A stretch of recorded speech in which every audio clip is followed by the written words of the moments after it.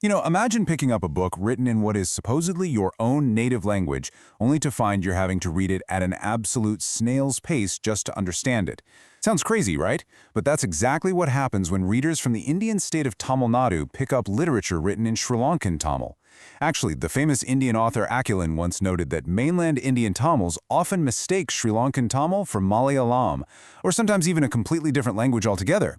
It's a massive linguistic mystery. How on earth did a language sharing the exact same root become so vastly different just across a narrow stretch of ocean? Okay, let's dive into this. Today, we're unpacking the fascinating heritage of a language that's been deeply shaped by a geographic isolation, shifting empires, and some pretty intense cultural cross-pollination. Now, to really grasp the language, we first have to understand the people speaking it. While Sinhalese is the majority language in Sri Lanka, Tamil is the largest minority language, spoken by over a quarter of the population. But here's the thing, it's not a monolith. The Tamil-speaking community here is beautifully diverse.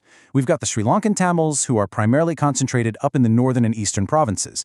Then you have the Sri Lankan Moors, many of whom are entirely Tamil-speaking in those same regions, while others are bilingual across the island. And finally, there are the Indian Tamils, historically brought over to work in the central hilly plantation regions. Each of these groups adds its own unique, deeply rooted flavor to the whole linguistic landscape. But here is a truly fascinating sociolinguistic fact that completely separates Sri Lanka from the mainland. So over in India, Tamil evolved with these highly distinct, rigid, caste-based dialects, like very clear divisions between Brahmin and non-Brahmin ways of speaking. However, in Sri Lanka, those strict caste dialect boundaries are remarkably absent. The sociolinguistic landscape here is defined much more by region and community. Think the distinct dialects of the northern provinces versus the Muslim dialects, rather than rigid caste lines. It's a completely different social architecture and is directly reflected in the spoken word. Which brings us to a pretty beautiful paradox. Sri Lankan Tamil is, well, it's simultaneously highly innovative and incredibly ancient. We're looking at a dynamic of rapid evolution on the mainland versus deep, deep conservation on the island. Sri Lankan Tamil acts almost like a linguistic time capsule. Because of its geographic isolation, it's conserved archaic grammatical and phonological traits going all the way back to the era of King Alala. We're talking the early centuries of the Christian era here.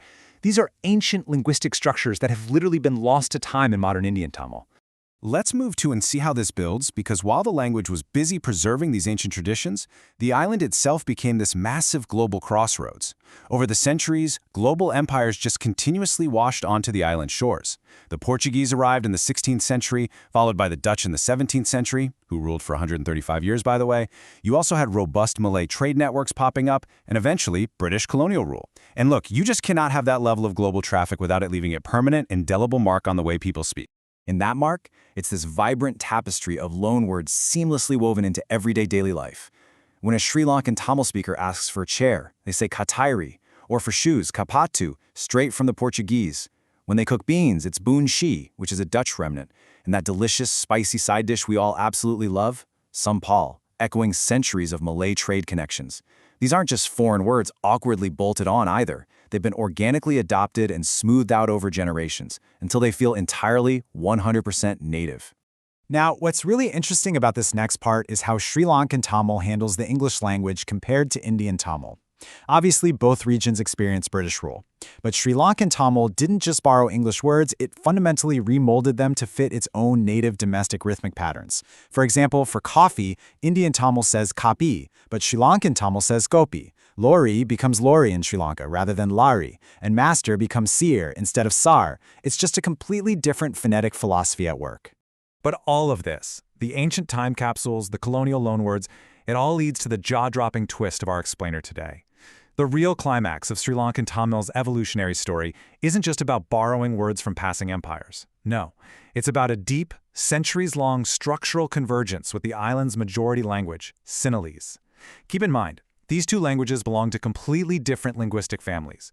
Tamil is Dravidian, Sinhalese is Indo-European. In theory, their underlying grammar and structure should be totally alien to one another. Yet, history brought them intimately together. Ancient Tamil grammar actually directly influenced the classical Sinhalese grammar text, the Siddhat Sangharava, which is still considered the absolute gold standard today.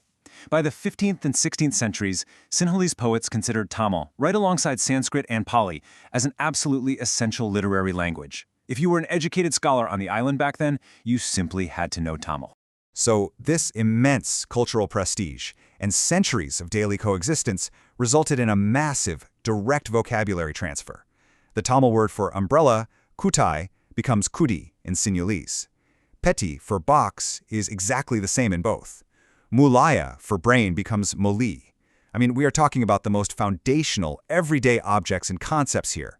It shows a level of intimate cultural coexistence that completely blurs the lines between two distinct ethnic groups.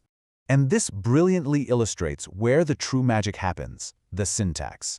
Because of this shared history, these two totally distinct language families now mirror each other perfectly. Take the sentence, I want to go to the temple. In Tamil, it's nan koyilakupa poga vinum. Translated literally, that's I plus to the temple plus to go plus want.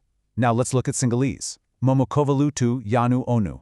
I plus to the temple plus to go plus want. It is a stunning, one-to-one, word-for-word grammatical mirroring. Try doing that with English and French. The word order would completely fall apart. And this exact structural heartbeat echoes again and again in everyday phrases. We don't want anything. In Tamil, engaluku ondrum vendam. In Sinhalese, apitu mokot epa.